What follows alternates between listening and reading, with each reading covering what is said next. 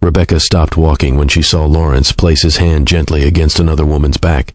He was smiling at her in a way Rebecca hadn't seen in a long time, and for a few seconds she simply stood there with her phone lowered at her side. Lawrence had no idea she was watching. He looked completely comfortable, like this was the person he had expected to meet all along. Rebecca knew that woman wasn't just a colleague. She knew because she knew Lawrence. Her fingers tightened around her phone, but she didn't call his name. Instead, she lifted the camera, took one picture, and walked away.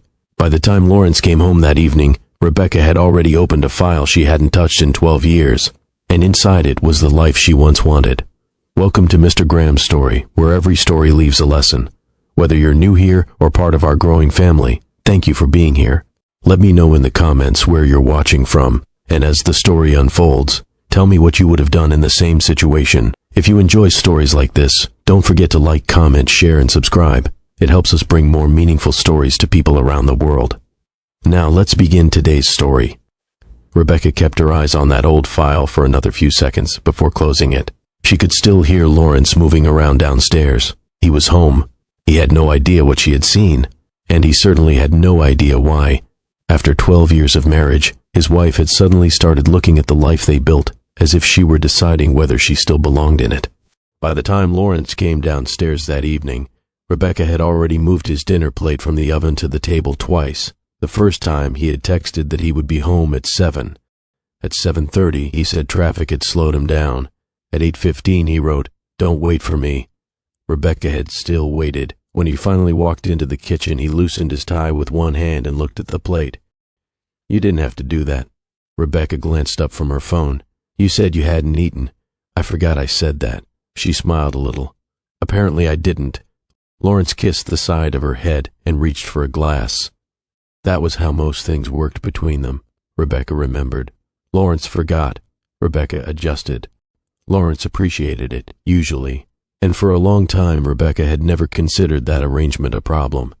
She knew his travel schedule better than he did. She knew which weeks were difficult at work, which clients tended to keep him late, and which mornings he needed to leave the house before 6. She also knew where the spare batteries were when the property taxes were due, which family birthdays were coming up, and that Lawrence hated being asked about work the moment he walked through the door. Their house in Charlotte wasn't extravagant, but it was comfortable. Rebecca had chosen most of the furniture slowly, one piece at a time. The framed photographs along the hallway had stories behind them.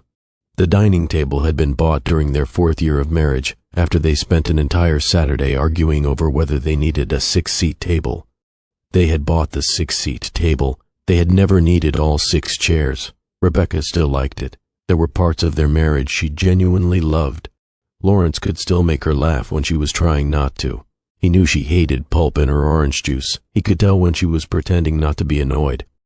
And when they were alone without phones, schedules, or work interrupting them, they could still fall into the easy conversation that had made them friends before they became husband and wife. That was what made everything difficult.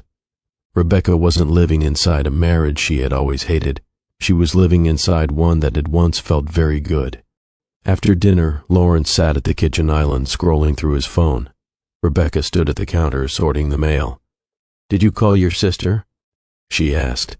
Lawrence looked up. "For what?" "Her birthday." "That's Friday. It's Thursday." He frowned at his phone. "You're right." Rebecca laughed softly.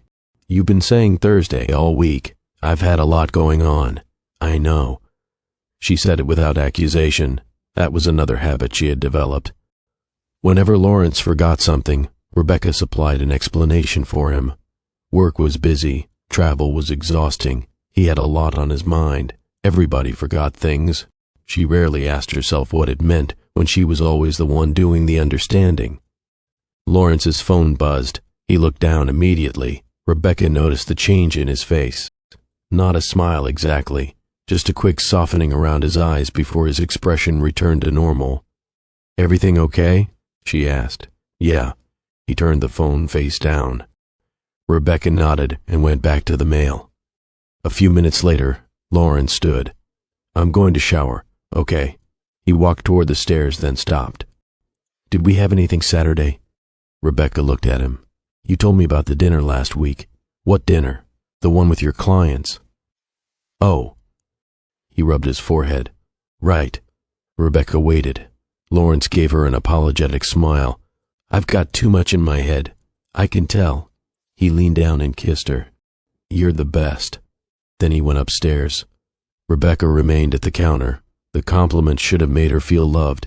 Instead, for just a second, she wondered why being the person who could handle everything had become the thing Lawrence praised most about her. She folded the mail into a neat stack. Then she pushed the thought away. There was no reason to make something out of nothing. That was what she told herself. She had been telling herself that for years.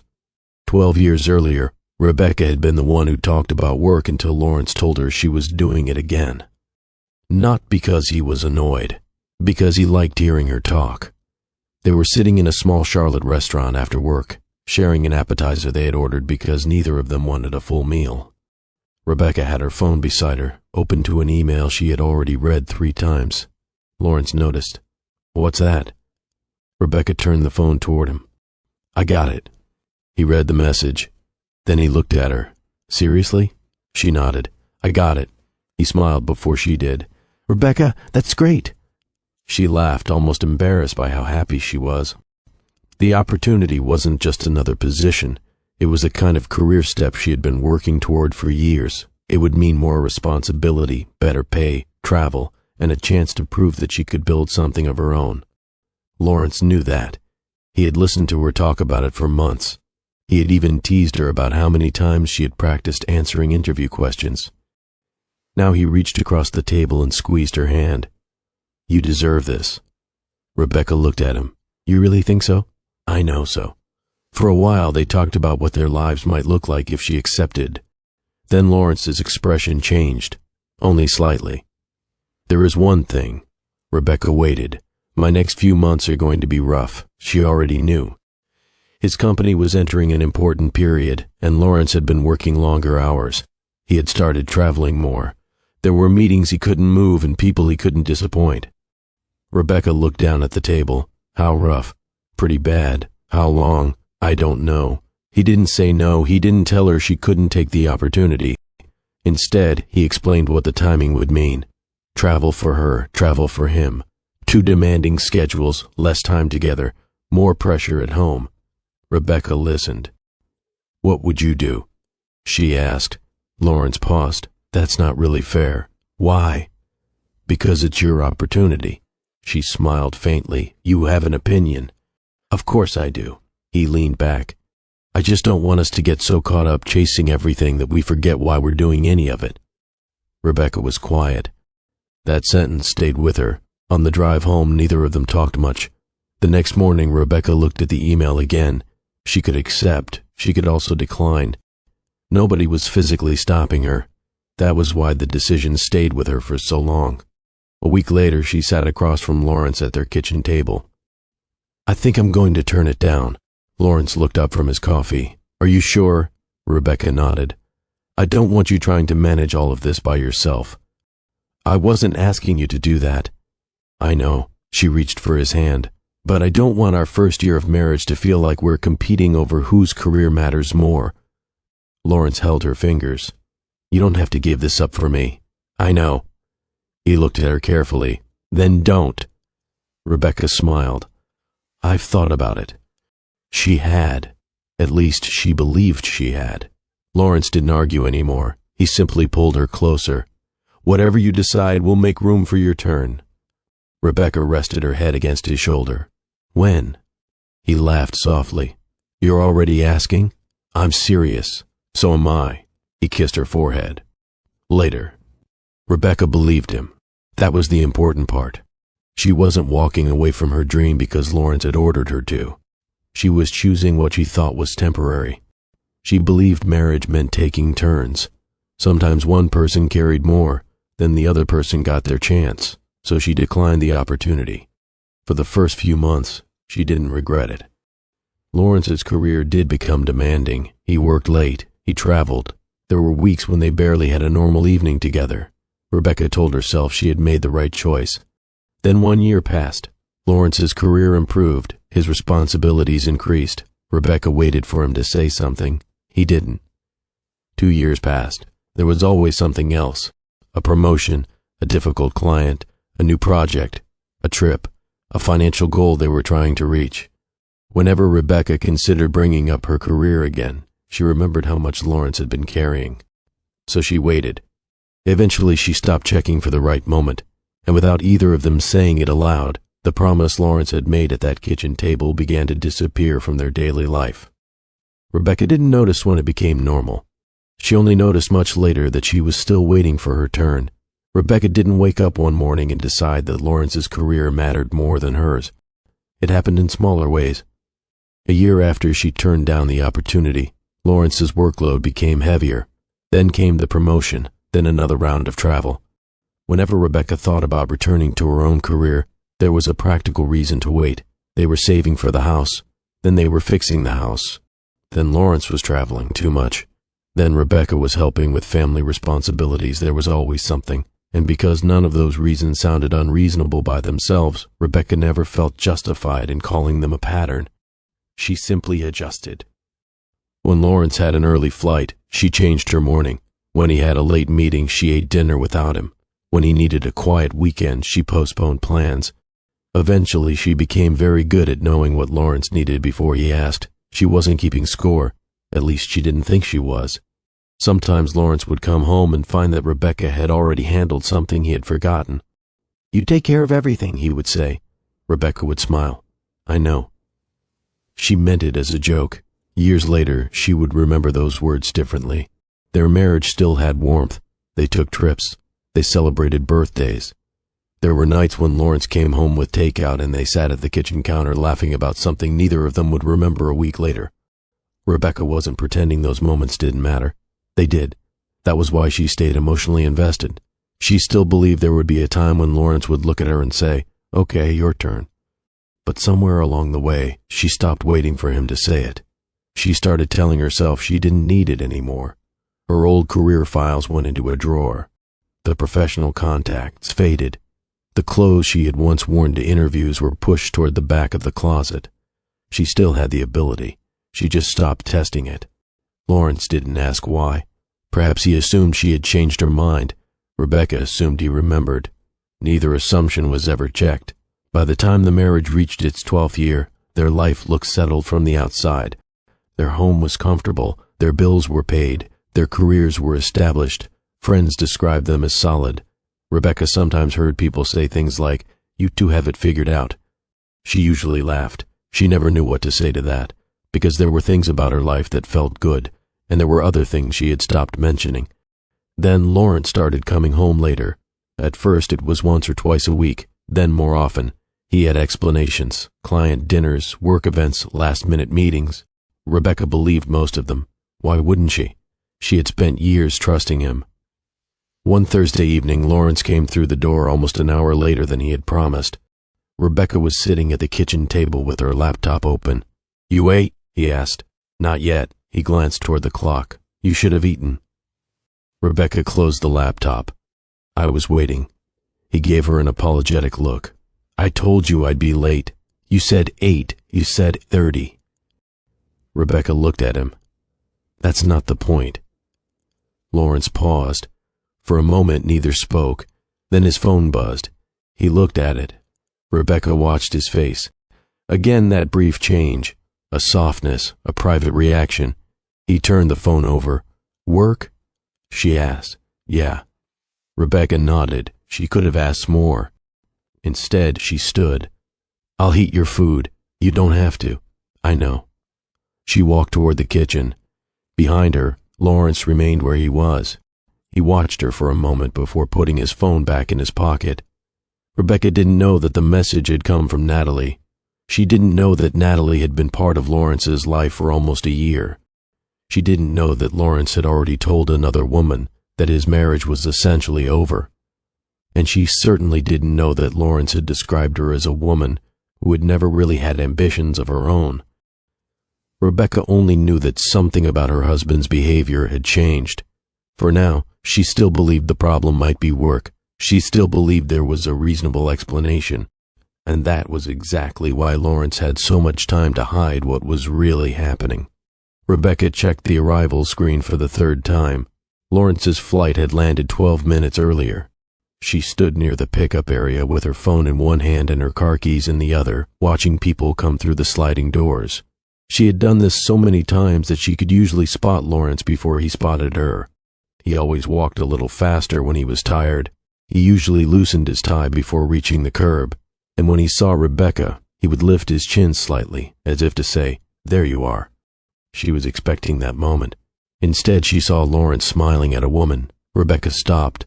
The woman beside him was carrying a small black handbag. Lawrence was saying something to her and she laughed. Rebecca couldn't hear the conversation through the glass. She didn't need to. Lawrence reached toward the woman's back as they moved through the crowd. It was a small gesture. His hand stayed there for only a second, but Rebecca knew him. She knew how Lawrence touched people when he was being polite. A handshake, a brief pat on the shoulder, a professional smile. This wasn't that. She lowered her phone. Lawrence looked relaxed. That was what bothered her first. Not the woman, not even the touch, the ease on his face. Rebecca watched them come closer. The woman said something. Lawrence leaned toward her to hear it, then laughed. Rebecca felt her stomach tighten. She took one step backward. Neither of them noticed. For a moment, Rebecca wondered if she had misunderstood what she was seeing. Maybe the woman was a colleague, maybe a client, maybe someone from the flight who needed help getting to another terminal. There were explanations. There were always explanations. Lawrence had spent 12 years giving her reasons to trust him. So Rebecca stayed where she was and watched. The woman touched his arm. Lawrence looked at her hand. Then he looked at her face. That expression settled the question before Rebecca was ready to admit she had one. She slowly lifted her phone. One picture. The camera made a faint sound. Rebecca immediately lowered it. Lawrence still hadn't seen her. She could have called his name. She could have walked straight toward them. She could have asked, right there in the middle of the airport, "Who is she?" Instead, Rebecca stepped behind a group of passengers waiting for their luggage. She watched Lawrence and the woman continue toward the parking area. Her husband never looked back. That hurt more than she expected. For 12 years, Rebecca had been the person waiting at the airport. She had picked him up after late flights. She had brought him coffee when he arrived exhausted. She knew which terminal he used and which baggage claim was usually the fastest. She knew the version of Lawrence who wanted quiet after traveling and the version who wanted to talk the entire drive home.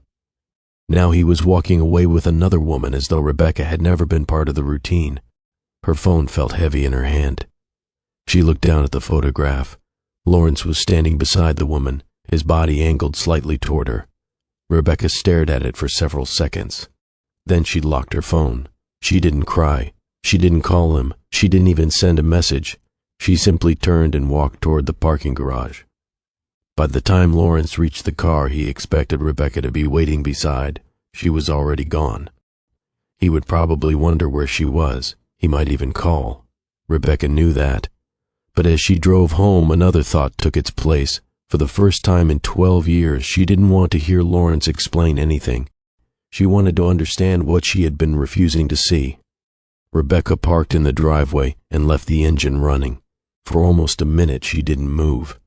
The house looked exactly the way it had when she left that afternoon. The porch light was on. Lawrence's usual spot in the driveway was empty. Nothing about the house knew what had happened. Rebecca turned off the engine. Inside, she placed her keys on the counter and stood there. Her phone was still in her hand. She opened the photograph again. Then she closed it, opened it, closed it. Finally, she set the phone face down. Lawrence would call soon. She knew him. He would ask why she wasn't at the airport. He might say the flight had landed early. He might ask whether something had happened. Rebecca sat at the kitchen table. She thought about calling him first. She didn't. The silence gave her something she hadn't had in a long time. Time to notice what she was feeling without immediately managing someone else's feelings. She walked upstairs and changed clothes. Then she came back down and opened the cabinet above the refrigerator. Behind a stack of old folders was a thin file she hadn't touched in years. She carried it to the table. For a moment, she simply looked at it. Her name was still printed across the top. Underneath, was the name of the company that had offered her the position 12 years earlier. Rebecca opened it. There was an old email, a printed description of the role, a few notes she had written in the margins, and a calendar page with several dates circled. She remembered that period more clearly than she expected. The interviews, the excitement, the conversations with Lawrence, the night she finally decided to decline. She had spent years telling herself the same thing. I chose my marriage. That had always made the decision easier to live with. But sitting at the kitchen table that night, the sentence felt incomplete. She hadn't only chosen her marriage, she had chosen Lawrence's career when his career was more urgent. She had assumed her turn would come later. Rebecca ran her thumb over the corner of the old paper. Then her phone rang. Lawrence. She watched his name appear on the screen. It stopped. A few seconds later it rang again. Rebecca let it. The second call stopped. Then a message appeared. Where are you? I thought you were picking me up. Rebecca read it twice. She typed, I couldn't make it. She stared at the words, then deleted them. She tried again. I had something come up. Deleted. Finally, she put the phone down. She wasn't ready to lie, but she wasn't ready to tell him the truth either. Not yet. Her eyes returned to the old file. Rebecca took out a notebook. At the top of the first page, she wrote 3 words, things I postponed. She stared at the sentence. Then she began writing. The career opportunity, professional contacts, things she had wanted to learn, places she had wanted to go, plans she had stopped mentioning. She expected the list to be short. It wasn't. After 20 minutes, she stopped. The page was nearly full. Rebecca leaned back. For years, she had thought of those things as small disappointments. That night, seeing them together made them look different. Not because Lawrence had stolen them. He hadn't. Because she had spent 12 years making sure there was always a good reason not to reach for them. Her phone buzzed again. This time it was a message. I'll explain when I get home. Rebecca stared at it. She didn't know whether Lawrence was talking about the airport or something else. That was the part that frightened her. She put the phone down. Then she looked at the list again. At the bottom of the page, she wrote one final sentence. Find out what is still possible. She closed the notebook. For the first time that night, Rebecca wasn't thinking about what Lawrence might say when he came home. She was thinking about what she might do if she stopped waiting for him to make room for her. Lawrence came home a little after 9. Rebecca heard the front door open while she was still sitting at the kitchen table. She closed the notebook. A few seconds later, Lawrence appeared in the doorway. You're home. Rebecca looked at him. I've been home. He stopped. You weren't at the airport. No, I called you. I saw. Lawrence put his keys down. What happened? Rebecca watched him take off his jacket. Nothing. He frowned. You said you couldn't make it. I couldn't. There was a pause. Lawrence looked at her for another second. Are you okay? Rebecca almost laughed. The question came so naturally from him that it made her uncomfortable. I'm tired. Did something happen? No. He nodded slowly, though he clearly didn't believe her. Then his phone buzzed. He glanced at the screen. Rebecca saw the change in his expression again. This time, she didn't look away. Lawrence turned the phone over. I'm going upstairs. Okay. He took 2 steps before stopping. Rebecca, she looked up. Yeah? Nothing. He continued upstairs. Rebecca waited until she heard the bedroom door close. Then she opened her laptop. She searched for the old professional contact she had been thinking about. Her first attempt brought up an outdated company page. The second led her to a professional directory. There was the name she remembered. Still working. Still in the same field. Rebecca hesitated before reaching for her phone. She typed a message. Hi, I know it's been a long time. I hope you're doing well. I wanted to ask you something about the work we were doing years ago. She read it 3 times. Then she sent it. Her heart started beating faster. It was such a small thing. A message. Nothing more. Still, Rebecca sat back as if she had just done something much larger. Upstairs, Lawrence was having a very different conversation. Natalie had been waiting for his call. When he finally answered, she said, Did she pick you up? No. Why? I don't know. Natalie was quiet. You don't know? She said something came up. You sound worried. I'm not worried. Natalie gave a short laugh. You are. Lawrence sat on the edge of the bed. Rebecca has been acting strange lately. Strange how? I don't know, she's just different. Natalie waited. Different from what? Lawrence rubbed his face. She used to be more dependent on me. The silence on the other end lasted a little too long. Dependent? That's not what I meant. Then what did you mean? Lawrence sighed. You haven't met her. Rebecca is comfortable. She likes stability. Natalie leaned back in her chair. You've told me that, because it's true. Then why are you so bothered that she didn't come get you? Lawrence didn't answer. Natalie noticed. She had been hearing about Rebecca for almost a year. Rebecca was afraid of starting over. Rebecca was comfortable. Rebecca didn't really have ambitions. Rebecca was staying because she didn't know what else to do. Lawrence had repeated those things so often that Natalie had stopped questioning them. But lately, small details weren't fitting. Lawrence knew exactly how Rebecca liked her coffee. He knew which foods she wouldn't eat. He remembered the first apartment they shared. He still talked about certain trips with a softness Natalie had never heard when he discussed his marriage as a whole. Now he was worried because Rebecca had missed an airport pickup. Natalie asked quietly, Does she know about me? Lawrence sat up. No. You sure? Yes. He sounded certain. Natalie didn't respond. Across Charlotte, Rebecca's phone lit up. A message from her old professional contact. Of course, I'd be happy to talk. It's been a long time. Rebecca stared at it. Then another message appeared. Are you thinking about coming back? Rebecca looked toward the stairs. Lawrence was still upstairs. For 12 years she had measured decisions by how they would affect him.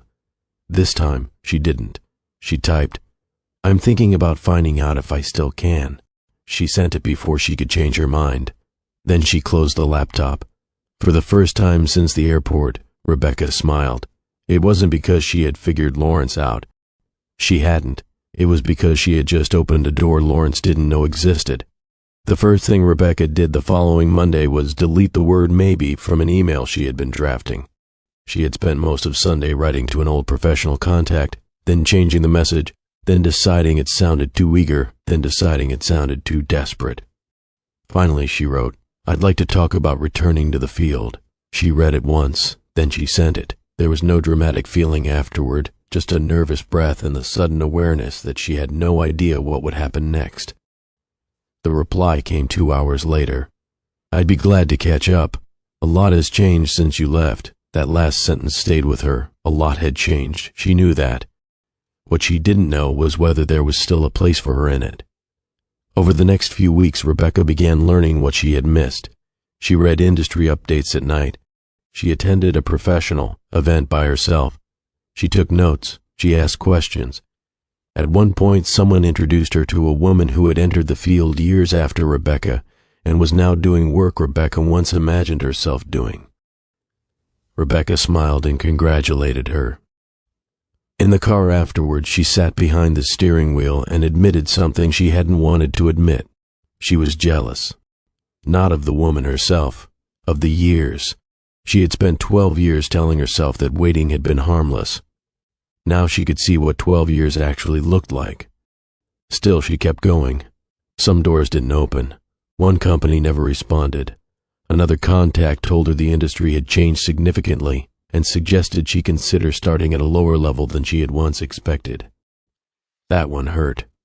Rebecca sat in her car afterward with the rejection email open on her phone. For a few minutes she considered putting everything away. Maybe Lawrence had been right. Maybe she had changed. Maybe the life she had once imagined belonged to a younger version of herself.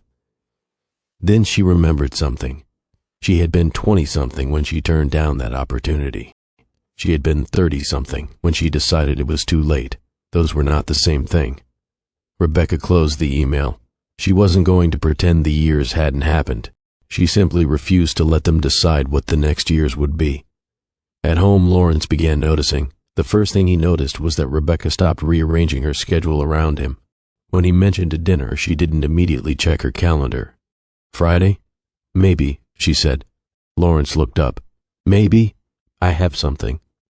What? Rebecca hesitated. Work. He waited for an explanation. She didn't give one. What kind of work? I'm figuring that out. Lawrence gave a small laugh. Okay. Rebecca went back to her laptop. He stood there another second. Are you upset with me? She looked at him. No.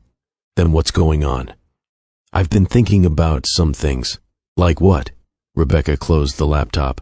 Like what I want to do. Lawrence stared at her. It wasn't the answer he expected. You mean career-wise? Yes. He nodded slowly. Are you sure you want to get back into that? Rebecca noticed the wording. Not do you want to. Not what would make you happy. Are you sure? She didn't argue. I don't know yet. Lawrence pulled out a chair. Rebecca, it's been a long time. I know. It might be harder than you think. I know. You have a good life here. Rebecca looked at him for several seconds. I know. The conversation ended there, but Lawrence didn't look satisfied. Neither did Rebecca. Later that night, she received another email. An old contact had forwarded an opening that might fit her experience. It wasn't the position she had once been offered. It wasn't even close, but it was an opening. Rebecca read the description twice. Then she clicked apply. She didn't tell Lawrence, not because she was hiding something, because she was tired of needing someone else to confirm that her decision made sense. The next morning, Lawrence asked if she had seen his travel schedule. Rebecca was already putting on her coat. No, I sent it last night. I'll check later. He looked at her. You're not going to remind me about the appointment Friday. Rebecca stopped. She almost apologized. Instead, she said, You put it on your calendar. Lawrence blinked. Right. Rebecca left. It was a small exchange. Neither of them raised their voice. Nothing dramatic happened. But Lawrence stood in the hallway long after the door closed. For 12 years, Rebecca had quietly carried things he hadn't even realized she was carrying. Now she was putting some of them down. And Lawrence was beginning to notice the weight only because he was no longer being asked to carry it. Natalie noticed the inconsistency on a Tuesday night. Lawrence had been talking about Rebecca, something he usually avoided unless Natalie asked. She never really wanted a career, he said. She liked having a comfortable life. Natalie looked at him. You said she used to work in that field. She did. So she wanted it once? Lawrence shrugged. People change. Natalie didn't answer. Lawrence picked up his drink. What? Nothing. You've got that look. What look? Like you're about to ask me something. Natalie smiled faintly. Okay, why did she stop? Lawrence's expression tightened. She chose not to continue. Because of you? He looked at her. Because of the marriage. Natalie waited. Lawrence sighed. She had an opportunity years ago. It would have meant travel, strange hours, all of that. I was in the middle of a major period at work. We talked about it. She decided it wasn't the right time. You talked about it? Yes. And you told her not to take it? No. Natalie studied him. Then what did you tell her? Lawrence looked away. I told her we'd figure it out. That's not what I asked. He rubbed his thumb against the side of his glass. I told her there would be another opportunity. Natalie sat back. Did you believe that? At the time. And did she? Lawrence didn't answer. Natalie knew that silence. She had heard it before when Lawrence didn't want to admit something even to himself. She really wanted it, didn't she? Yes. The answer came too quickly. Natalie stared at him. You knew. I knew. Then why do you keep saying she never had ambitions? Lawrence frowned. Because she doesn't anymore. Natalie shook her head. That's different. Lawrence looked irritated. You weren't there. No, I wasn't. Rebecca made her decision. I understand that. Then what's the issue? Natalie looked at him. The issue is that you're describing a woman who gave something up as if she never wanted it. Lawrence didn't respond. The room became quiet. Natalie wasn't defending Rebecca. She wasn't even sure what she believed about their marriage anymore. She was trying to understand the man sitting across from her. Lawrence had spent months telling her Rebecca was afraid of starting over. Now Natalie was beginning to wonder whether Rebecca had simply spent years believing that staying was what a good wife did. Later that night, Lawrence left Natalie at her apartment. He kissed her goodbye, but she didn't respond the way she normally did. What's wrong? He asked. Nothing. You've been quiet. Natalie folded her arms. I just have a question. Okay, if Rebecca had taken that job, would you have supported her? Lawrence hesitated. I would have tried. Natalie noticed the answer. Not yes, not of course, I would have tried. She looked away. Good night, Lawrence. He stood there for a moment before leaving. Across town, Rebecca was sitting at her kitchen table with the old file open again. She had found something she hadn't remembered keeping, a handwritten note. It wasn't from Lawrence, it was from herself. The writing was rushed, almost messy. She had apparently written it the night before she turned down the opportunity. Rebecca read it slowly.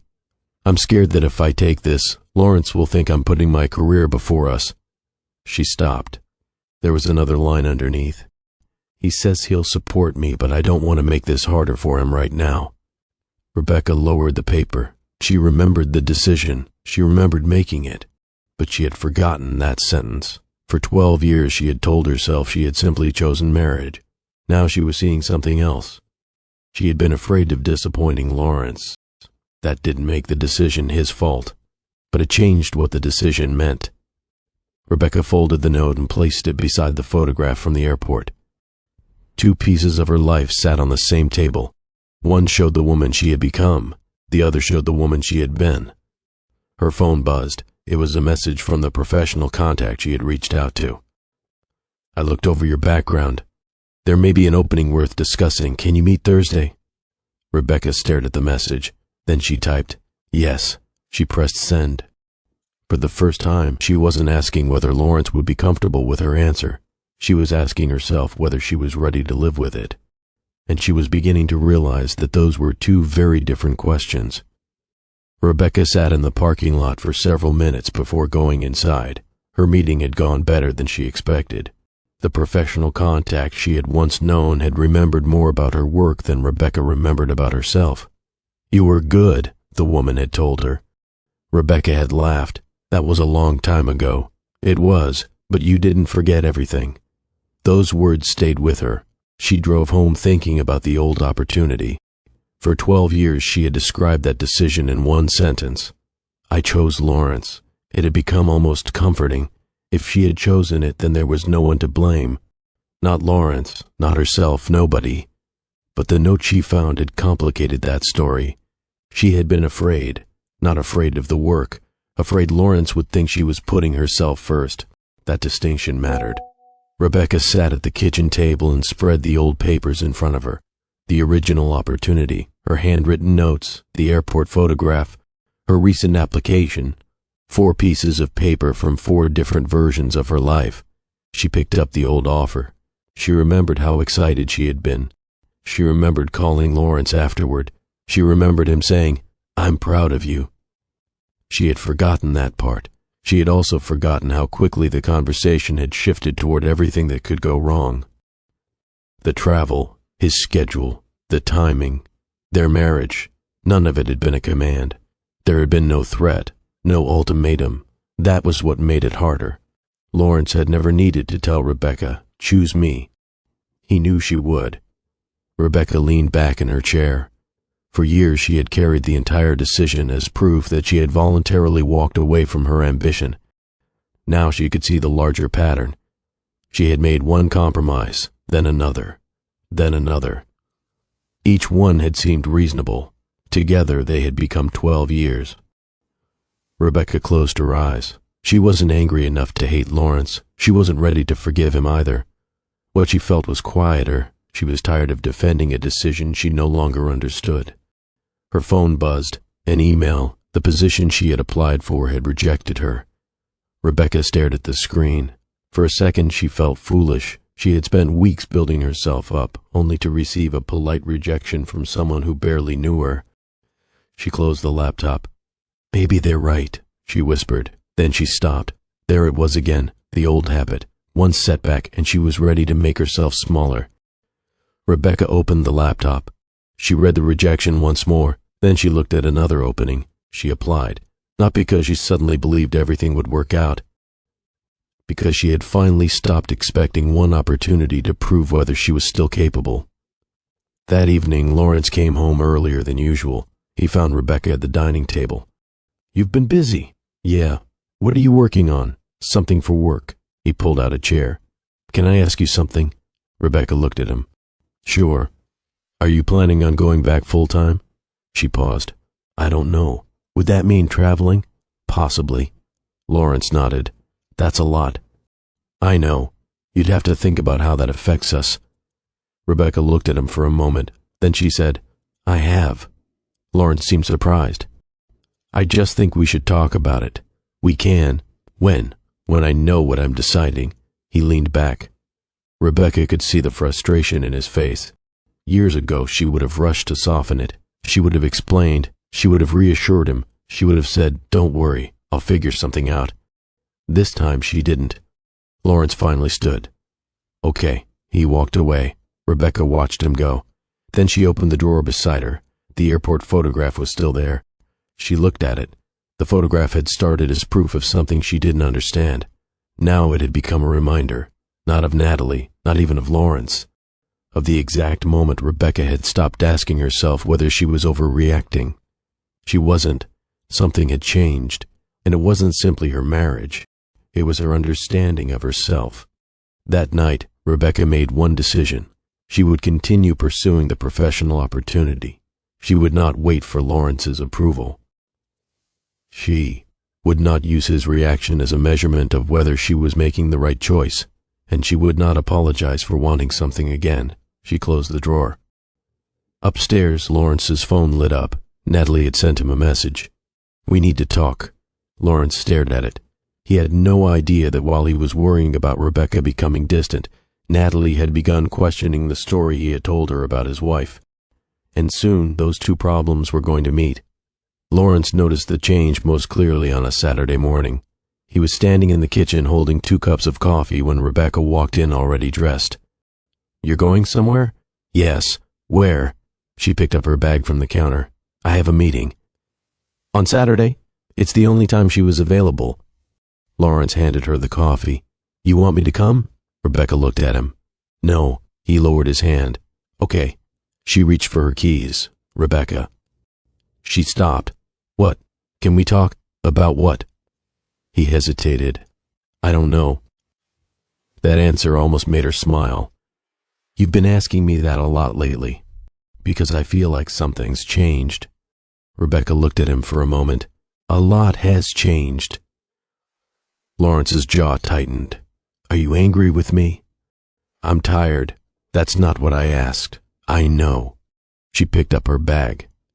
Lawrence watched her. For years he had been used to Rebecca filling silence before it became uncomfortable. If he was upset, she asked what was wrong. If he was quiet, she checked on him. If they disagreed, she usually tried to smooth things over before either of them went to bed. Now she didn't. That silence bothered him more than an argument might have. He followed her toward the hallway. You're not telling me what's going on. Rebecca stopped at the door. Do you want the truth? Yes. She looked at him. A lot is wrong. I just don't think talking about all of it with you is helping me right now. Lawrence stared at her. What does that mean? It means I need some time. For what? Rebecca opened the door. To figure out what I want. She left.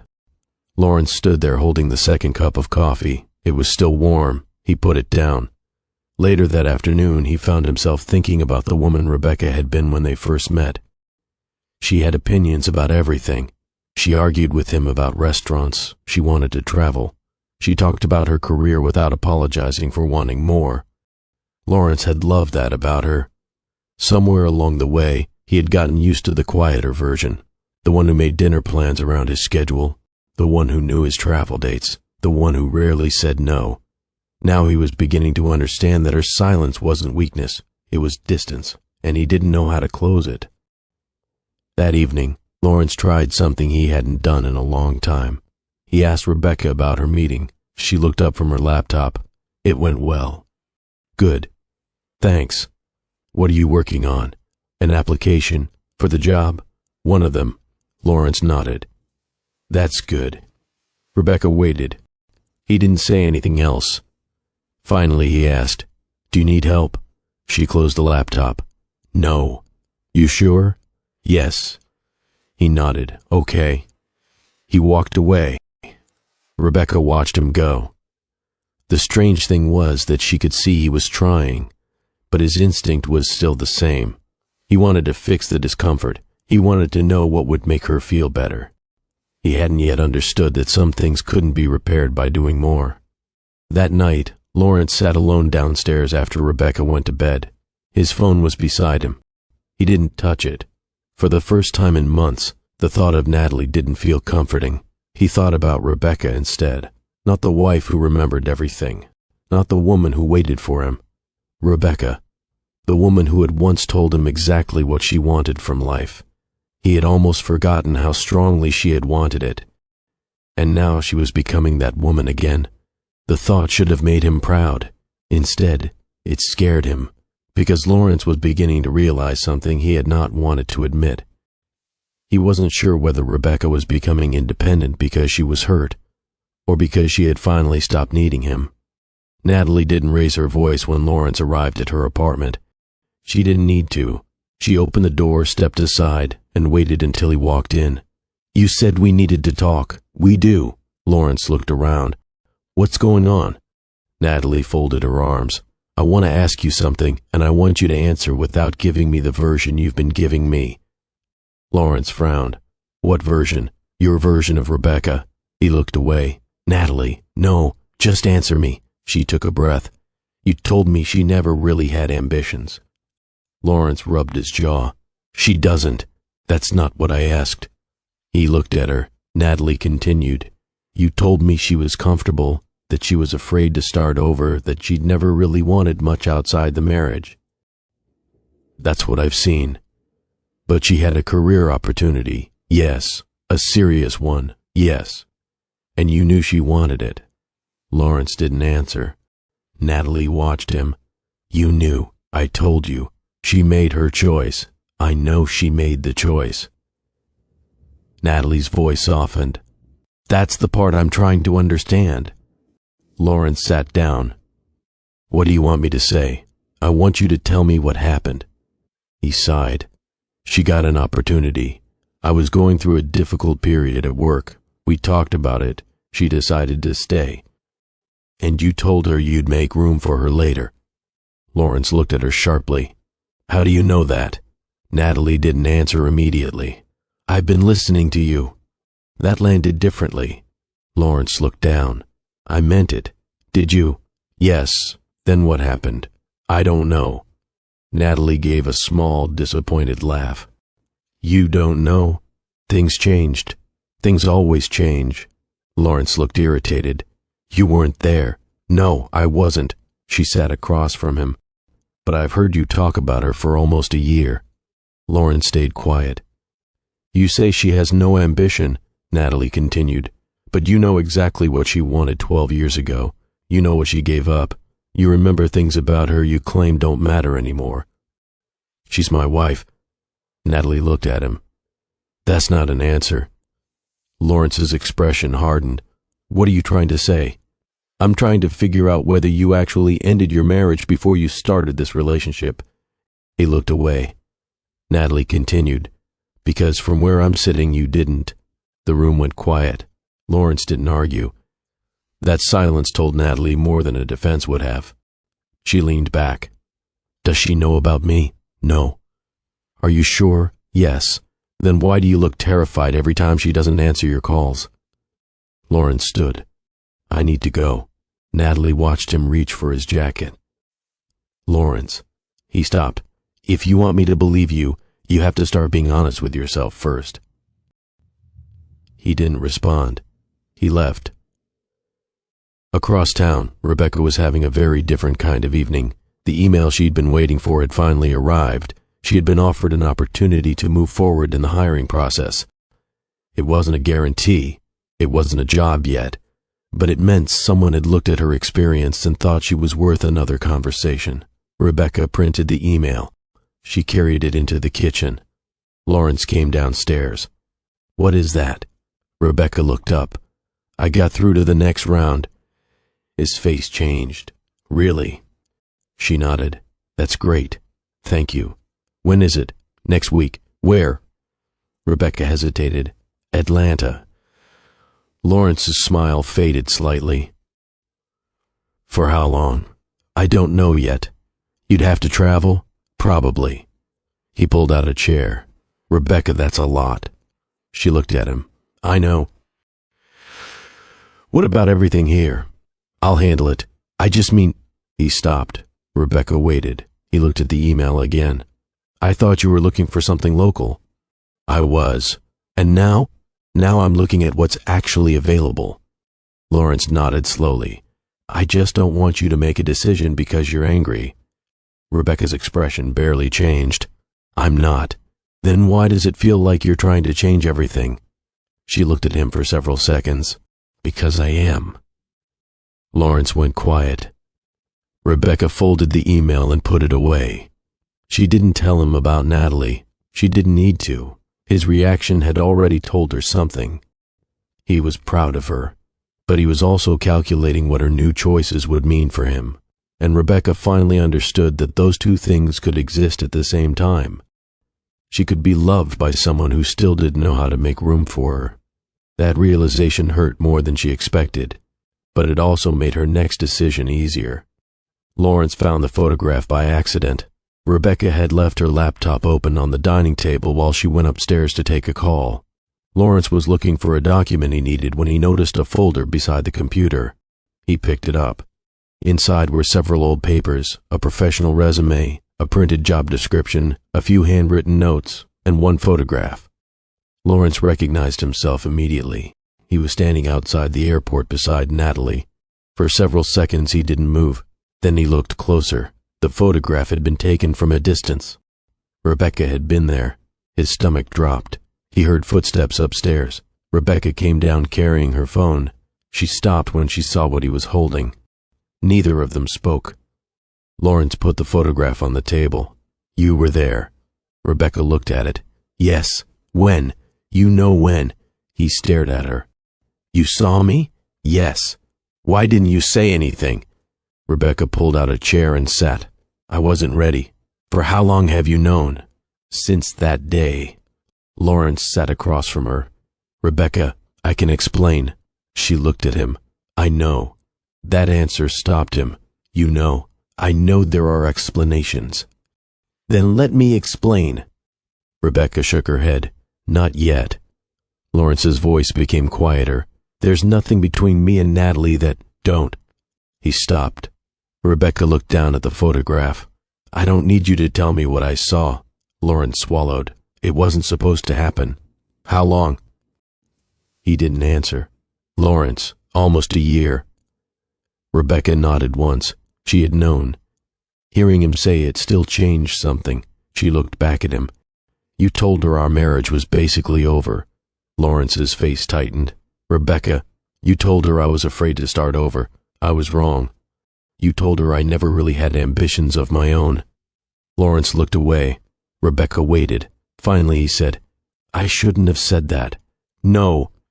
He looked back at her. I know you made sacrifices. Rebecca almost smiled. You remember?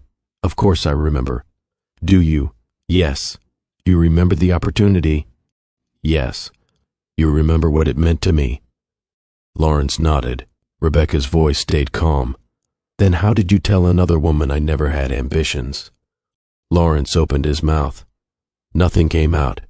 I didn't force you to give it up, he said finally. I know. I never told you that you couldn't take it. I know. Then, that was never the point. Lawrence stopped. Rebecca folded her hands on the table. You knew how much I wanted it. Yes. You knew I was worried about what taking it would do to your career. I remember. You knew I was waiting for you to have your turn. He looked down. I remember. And you told me we'd make room for mine. Lawrence's eyes lifted. I meant it. Maybe you did. She paused. But then you got used to me not having one. He looked at her. Rebecca continued. I don't think you woke up one day and decided to take my life away from me. I don't think you even realized what was happening. Lawrence's voice cracked slightly. Rebecca, but you benefited from it. Silence. You got the wife who was available when you needed her. You got the house managed, you got the schedule handled, you got someone who kept making room. Lawrence looked down at his hands. And eventually you started telling yourself that was who I was. He whispered, I didn't mean to. I know. That somehow sounded worse. Lawrence stood and walked toward the window. I love you. Rebecca looked at his back. I know. Then why are you talking like this is over? I'm not saying that. He turned. Then what are you saying? Rebecca stood. I'm saying I need to decide whether the life we built is still a life I want. Lawrence's face changed. You still love me? Rebecca looked at him for a long time. That's not the question anymore. He took a step toward her. Rebecca. She stepped back, not dramatically, just enough for him to notice. I need space. He nodded slowly. How much? I don't know. He looked frightened now. For the first time, Lawrence seemed to understand that Rebecca wasn't threatening him. She wasn't trying to make him jealous. She wasn't waiting for him to chase her. She was actually deciding, and that was something he couldn't solve for her. Rebecca didn't pack a suitcase. Not yet.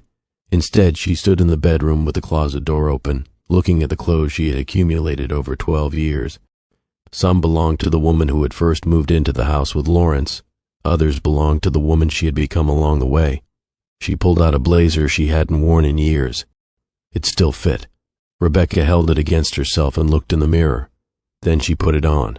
Downstairs, she heard Lawrence moving through the kitchen. She almost called his name. She didn't. A few minutes later, she walked downstairs. Lawrence was standing at the counter making coffee. He looked at the blazer. Where are you going? I have a meeting. The one about the job? Yes. He nodded. Can I come with you? Rebecca looked at him. Why? I don't know. She waited. Lawrence looked down at his coffee. I guess I just want to know what's happening. Rebecca pulled out a chair. You know what's happening. I know you're thinking about changing your career. That's part of it. Lawrence sat across from her. What else? Rebecca didn't answer immediately. The truth was, she had spent the past several days thinking about what leaving would actually mean. It wouldn't mean simply walking out the front door. There was a house. There were memories. There were 12 years of holidays, arguments, ordinary Tuesdays, inside jokes, difficult seasons, and moments when Lawrence had genuinely been there for her. There were photographs she still couldn't look at without smiling. There were things about him she still loved. That was the part she hadn't told anyone. She wasn't leaving because she had stopped loving him. She was considering leaving because she had finally realized love wasn't enough to make the life they had built healthy for her. Lawrence watched her. Do you still love me? Rebecca looked down at her hands. That's not something I can answer in a way that helps you. He swallowed. Why? Because if I say yes, you'll hear that as a promise. He didn't respond. And if I say no, she continued, I'd be lying. Lawrence looked away.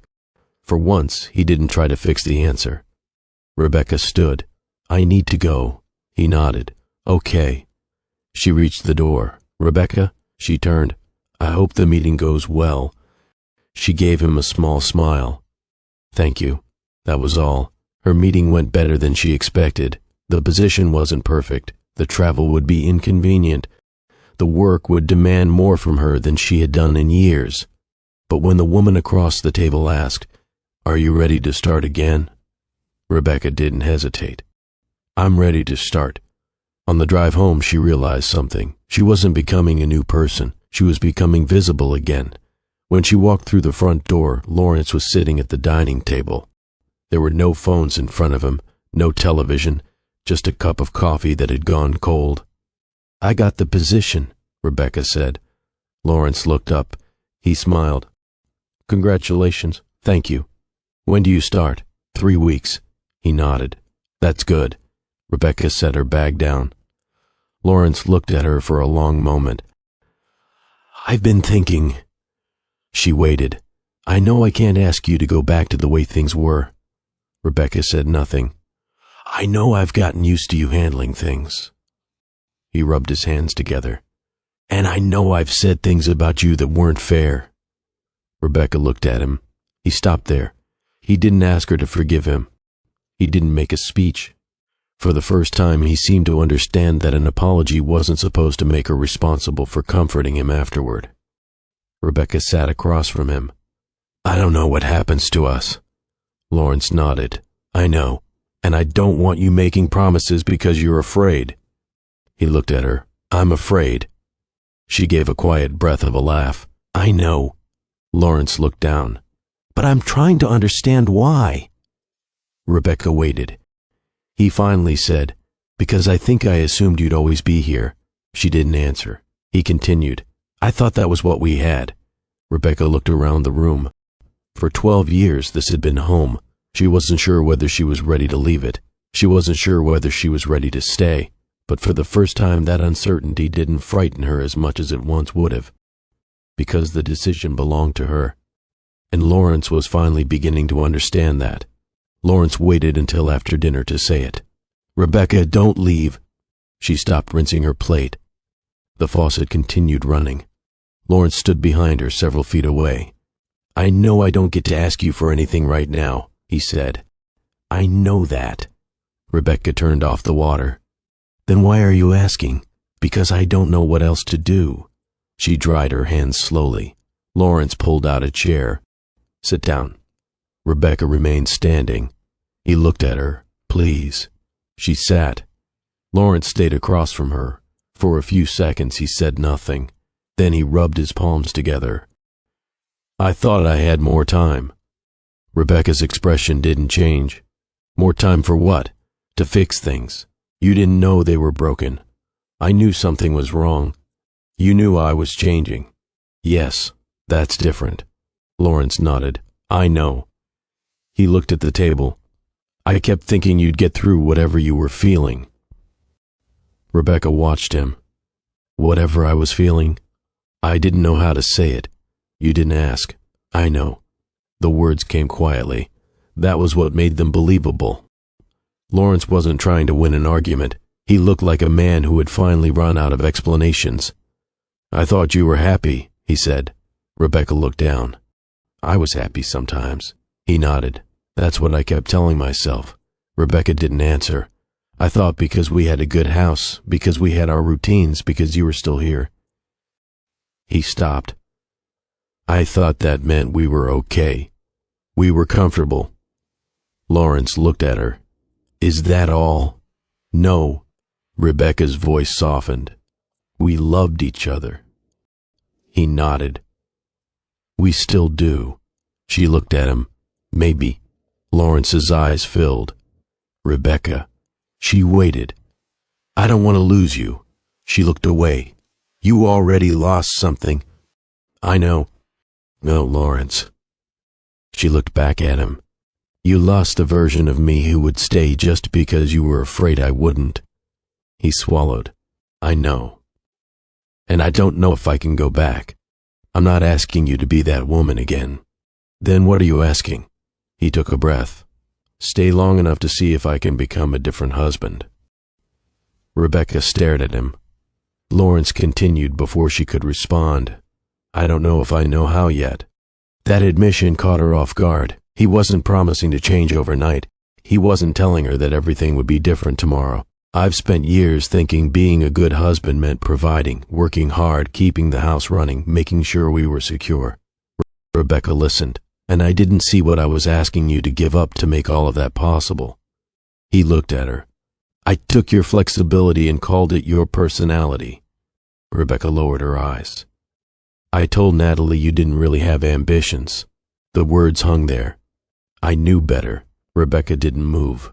I knew about that job. I knew how badly you wanted it. I remember you practicing for the interviews. She looked up. Lawrence gave a weak smile. You made me listen to the same answer about 5 times. A tiny smile touched Rebecca's face. I did. I know. The smile disappeared as quickly as it came. Lawrence leaned forward. I think part of me liked that you stopped asking for things. Rebecca's eyes lifted. He looked ashamed. It made my life easier. Neither of them spoke. I hate admitting that, he said. You should. I know. Rebecca sat back. At least you're finally saying it. Lawrence nodded. Then he reached across the table. Rebecca looked at his hand. He stopped before touching her. "I want you to stay," he said. She looked at him. "But I know I can't make that decision for you." Rebecca's eyes moved toward the window. "I don't know what I want. I know. I'm scared. I know. I still love you." Lawrence closed his eyes briefly. "But that doesn't mean I'm ready to forgive you. I know, and it doesn't mean I trust you. I know. And if I stay, things can't go back. They won't." Rebecca looked at him. "You can't promise that." Lawrence paused. "You're right." For the first time, he seemed to understand the difference between promising change and doing the work required to create it. "I'll have to show you," he said. Rebecca didn't answer. Lawrence stood.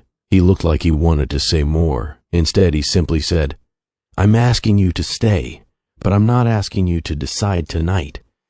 Rebecca watched him walk away. She sat alone at the table for several minutes. The old Rebecca might have followed him. She might have reassured him. She might have said, "We're going to be okay." This time, she stayed where she was, because whatever happened next, she wanted the decision to be hers. 3 weeks later, Rebecca stood in the doorway of the bedroom with her suitcase open on the bed. She wasn't leaving the marriage.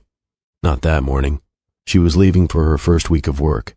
Her new position wasn't glamorous, and it wasn't the career she might have had 12 years earlier if she had taken that first opportunity. But it was hers. Lawrence stood in the hallway. "You have everything?" Rebecca looked at the suitcase. "I think so. Need anything?" She shook her head. He nodded. For a moment, neither moved. Then Lawrence said, "I'll take you to the airport." Rebecca looked at him. "You don't have to." "I know." She almost smiled. That answer had become familiar lately. He didn't insist. He didn't argue. He simply waited. "Okay," she said. The drive to the airport was quiet. Not uncomfortable. Just different. Lawrence didn't reach for his phone. Rebecca watched the road through the passenger window. When they arrived, he parked and helped her take the suitcase from the trunk. Then he stood beside her. "I meant what I said." Rebecca looked at him. "About what?" "Changing," she nodded. "I know. I've started looking for a counselor." Rebecca's expression softened slightly. "Good. And I ended things with Natalie." Rebecca looked at him. "I assumed you had. I should have told you. You don't have to report every move to me. I know." He hesitated. "But I want you to know I'm not asking you to stay while keeping one foot somewhere else." Rebecca nodded. That mattered. Not enough to repair everything, but enough to notice. Lawrence reached for her suitcase handle. "Can I walk you in?" Rebecca looked at him. Then she shook her head gently. "I think I can do this part myself." He let go. "Okay." She took the suitcase. Before turning away, Rebecca looked at him. "Lawrence? Yeah, I don't know what's going to happen with us. I know. And I don't want you waiting for me to come back as the woman I used to be." He nodded. "I don't want that either." Rebecca studied his face. "Good." She turned and walked inside. Lawrence stayed where he was. For once he didn't follow. Weeks passed. Rebecca worked. She struggled. She learned. She came home exhausted some nights and proud on others. The job wasn't easy. Neither was rebuilding a professional identity after 12 years away. But gradually she stopped apologizing for being a beginner. Lawrence changed more quietly. He started handling things Rebecca had carried for years, not as a performance, not by announcing each task. He simply did them. He remembered appointments. He learned how to manage the house without asking Rebecca where everything was. When she came home, he didn't immediately ask whether she had time for him. Sometimes they talked. Sometimes they didn't. There were still difficult conversations. There were still days when Rebecca looked at him and remembered the photograph. Trust didn't return because Lawrence wanted it to. It returned, if it returned at all, one ordinary decision at a time. Months later, Rebecca stood in the same kitchen where Lawrence had once promised there would be room for her turn. She had her work bag on the counter. Lawrence was making coffee. He looked at her. "How'd the presentation go?" "Good." "Good." Rebecca smiled. Then she noticed something. Lawrence had cleared a section of the kitchen counter for her work materials. She looked at it. "You did that?" He shrugged. "You need the space." Rebecca nodded. She didn't make a big deal of it. Neither did he. That was probably why it mattered. Later that evening, Rebecca opened the old file. She took out the airport photograph. For months she had kept it. She had thought she might need it someday. Now she looked at it one last time. Lawrence beside Natalie, the moment that had changed everything. She turned the photograph over, then she placed it inside the file. She didn't throw it away. She didn't need to. It belonged to the past. Rebecca closed the file and returned it to the drawer. When she came downstairs, Lawrence was waiting. "Everything okay?" She nodded. "Yeah." He looked at her. "Are you staying?" Rebecca paused. She could have answered quickly. Instead, she walked over and sat beside him. "I don't know what the future looks like." Lawrence nodded. "But I know something now." "What?" Rebecca looked at him. "I don't have to disappear to make this marriage work." Lawrence's eyes lowered. "I know. And if we stay together, that's the marriage I want." He nodded. "I want that too." Rebecca leaned back. There was still work ahead. There would be apologies that needed to be repeated through actions. There would be trust that had to be earned. There would be moments when either of them might wonder whether they were doing the right thing. But Rebecca no longer felt trapped by either choice. She could stay. She could leave. Either way, she would still be herself. And that was the part Lawrence had finally understood. He hadn't almost lost Rebecca because another woman appeared at an airport. He almost lost her because, little by little, he had become comfortable with the version of his wife who kept making herself smaller. The woman he had expected to keep waiting for him had finally stopped waiting, and when Lawrence finally asked her to stay, Rebecca realized she could say yes without surrendering herself again. That was the difference. Not that Lawrence had finally chosen her, but that Rebecca had finally learned to choose herself. If Rebecca's story touched you, take a moment and tell me in the comments. Would you have stayed and tried to rebuild the marriage? Or would you have walked away after everything Lawrence did? And if you believe that loving someone should never require you to lose yourself, let me know by commenting, "I choose myself." If this story made you feel something, please like this video, share it with someone who needs to hear this message, and subscribe to Mr. Graham Stories for more emotional stories about love, family, relationships, choices, and second chances. And remember, sometimes the hardest person to choose is yourself. Thank you for listening, and I'll see you in the next story. Thank you for watching Mr. Graham Stories, my beautiful, amazing family.